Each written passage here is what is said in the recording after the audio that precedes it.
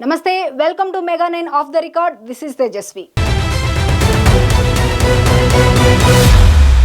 కూటమి ప్రభుత్వం అధికారంలోకి వచ్చాక వైసీపీ హయాంలో జరిగిన మద్యం కుంభకోణంపై ప్రధానంగా ఫోకస్ చేస్తోంది. వేల కోట్ల రూపాయలు పక్కదోవ పట్టాయన్న ఆరోపణలకు సంబంధించి సిట్ విచారణ ముమ్మరంగా సాగుతోంది. ఇప్పటికే ఆ లిక్కర్ స్కామ్లో పలువురు కీలక వ్యక్తులు అరెస్ట్ అయి ఊచలు లెక్క పెడుతున్నారు. ముఖ్యంగా జగన్ కు అత్యంత సన్నిహితుడిగా పేరున్న రాజ్ కేసిరెడ్డి అరెస్టుతో ఈ కేసు విచారణ స్పీడప్ అయింది. తాజాగా రాజ్ కేసిరెడ్డిని సిట్ కస్టడీకి ఇస్తూ ఏసీబీ ఉత్తర్వులు జారీ చేయడం, అదే సమయంలో అక్రమ లావాదేవీల్లో మీడియేటర్గా వ్యవహరించిన రాజ్ పిఏ దిలీప్ దుబాయ్కి పరారయ్యే ప్రయత్నంలో పోలీసులకు చిక్కడంతో అప్పట్లో లిక్కర్ స్కామ్ పాత్రదారులకు బిగ్ షాక్ తగిలినట్లయింది.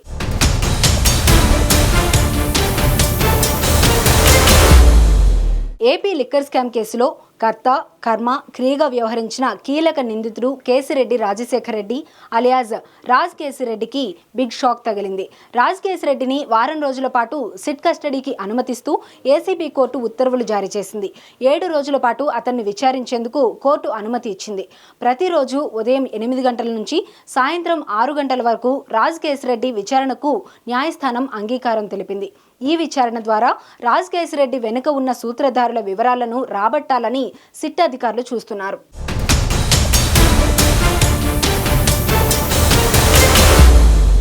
కాకినాడ సీపోర్టు కేసులో సిఐడి విచారణకు హాజరైన మాజీ ఎంపీ విజయసాయిరెడ్డి విచారణ అనంతరం మీడియా ముందుకు వచ్చి స్వచ్ఛందంగా లిక్కర్ స్కామ్పై హాట్ కమెంట్స్ చేశారు.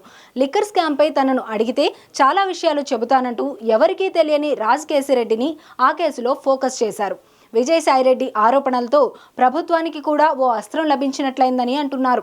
అక్కడి నుంచి రకరకాల ట్విస్ట్ల మధ్య కేసు విచారణ షురూ అయింది. లిక్కర్ స్కామ్లో కర్త, కర్మ, క్రియ అని విజయసాయిరెడ్డి పేర్కొన్న రాజ్ కేసిరెడ్డి అరెస్ట్ అవ్వడంతో తేనె తుట్టె కదిలింది. లిక్కర్ స్కామ్ కు సంబంధించి కేసిరెడ్డికి అనేక సార్లు సిట్ అధికారులు నోటీసులు జారీ చేశారు. కాగా విచారణకు హాజరు కాకుండా కేసిరెడ్డి డుమ్మా కొడుతూ తప్పించుకొని తిరుగుతున్నాడు.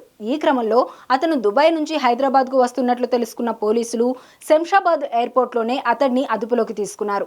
ఆ తర్వాత అక్కడి నుంచి విజయవాడకు తీసుకువచ్చి రాత్రంతా కూడా సిట్ అధికారులు విచారణ జరిపారు.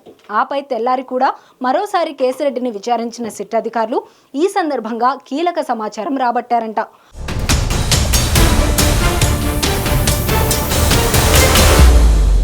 మద్యం సరఫరా కంపెనీలు, డిస్టిలరీల నుండి కేసిరెడ్డి ప్రతి నెల 50 నుండి 60 కోట్ల రూపాయల మేర ముడుపులు వసూలు చేసి ఆ సొమ్మంతా నాటి ముఖ్యమంత్రి జగన్ కి చేర్చేవారని సిట్ దర్యాప్తులో గుర్తించిందట. జగన్ పెదనాన్న వైఎస్ జార్జిరెడ్డి రెండో కుమారుడు YS Anil Reddy, Bharathi cements director Jagan సతీమణి భారతీ తరపున ఆర్థిక వ్యవహారాలు చూసే గోవిందప్ప బాలాజీ, వైసీపీ రాజంపేట ఎంపీ పెద్దిరెడ్డి మిథున్ రెడ్డి, విజయసాయిరెడ్డిల ద్వారా ఈ ముడుపుల సొత్తు మొత్తం జగన్ కు అందజేసేవారని నిర్ధారించింది.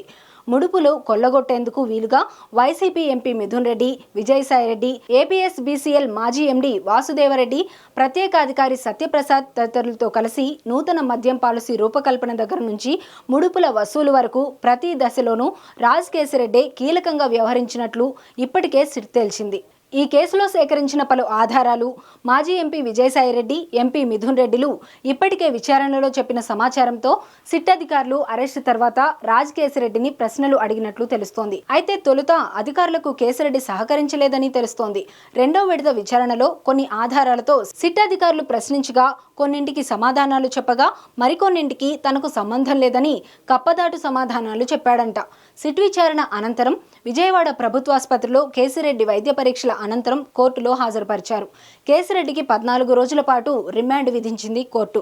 మరోవైపు ఈ కేసులో ముందస్తు బెయిల్ కోసం రాజ్ కేసిరెడ్డి హైకోర్టును ఆశ్రయించాడు. అయితే అక్కడ కూడా అతనికి నిరాశ ఎదురైంది. కేసిరెడ్డి పిటిషన్పై విచారణను హైకోర్టు వాయిదా వేసింది.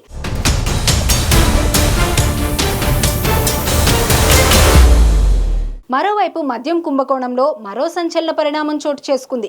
ఈ కేసులో కీలక నిందితుడు రాజ్ కేసిరెడ్డి పిఏ పైలా దిలీప్ చెన్నై నుంచి విదేశాలకు పరారయ్యేందుకు ప్రయత్నిస్తుండగా సిట్ అధికారులు పట్టుకున్నారు. ఈ కేసుకు సంబంధించి పోలీసుల ఎదుట హాజరు కావాలని ఇప్పటికే సిట్ బృందం అతనికి నోటీసులు జారీ చేసింది. అయితే పోలీసుల ముందు హాజరు కాకుండానే దేశం విడిచి వెళ్లేందుకు సిద్ధమయ్యాడు. డిజిటల్ ఫోన్ లొకేషన్ ద్వారా పిఏ కదలికలపై సిట్ బృందం నిఘా పెట్టింది. ఈ క్రమంలో దిలీప్ ను చెన్నై ఎయిర్పోర్ట్ లో ఉన్నట్లు గుర్తించారు. వెంటనే విజయవాడ నుంచి చెన్నై ఎయిర్పోర్ట్కు చేరుకున్న సిట్ అధికారులు దిలీప్ను అదుపులోకి తీసుకున్నారు. విజయవాడ నుంచి చెన్నై వెళ్లిన సిట్ బృందం మద్యం కుంభకోణానికి సంబంధించి రాజకేశిరెడ్డి పిఏ వద్ద కీలక సమాచారం ఉన్నట్లు సిట్ బృందాలు భావిస్తున్నాయి. కమిషన్లు ఇచ్చే డిస్టిలరీ యజమానులతో దిలీప్ కాంటాక్ట్ లో ఉండేవాడని డిస్టిలరీ యజమానులు సిట్ బృందానికి ఇచ్చిన స్టేట్మెంట్ లో పేర్కొన్నారు. రాజకేశిరెడ్డి లిక్కర్ గ్యాంగ్ అంతా కూడా పిఏ చెబితేనే అక్కడికి వెళ్లి కమిషన్లు వసూలు చేసేవారని విచారణలో తేలింది. హైదరాబాద్ జూబ్లీ హిల్స్ లో ఉండే ఓ కార్యాలయానికి సొమ్ము మొత్తాన్ని చేర్చి ప్రతి వారం లెక్కలు తేల్చి ప్రతి నెల 50 నుండి 60 కోట్లను పైవారికి చేర్చేవారంట.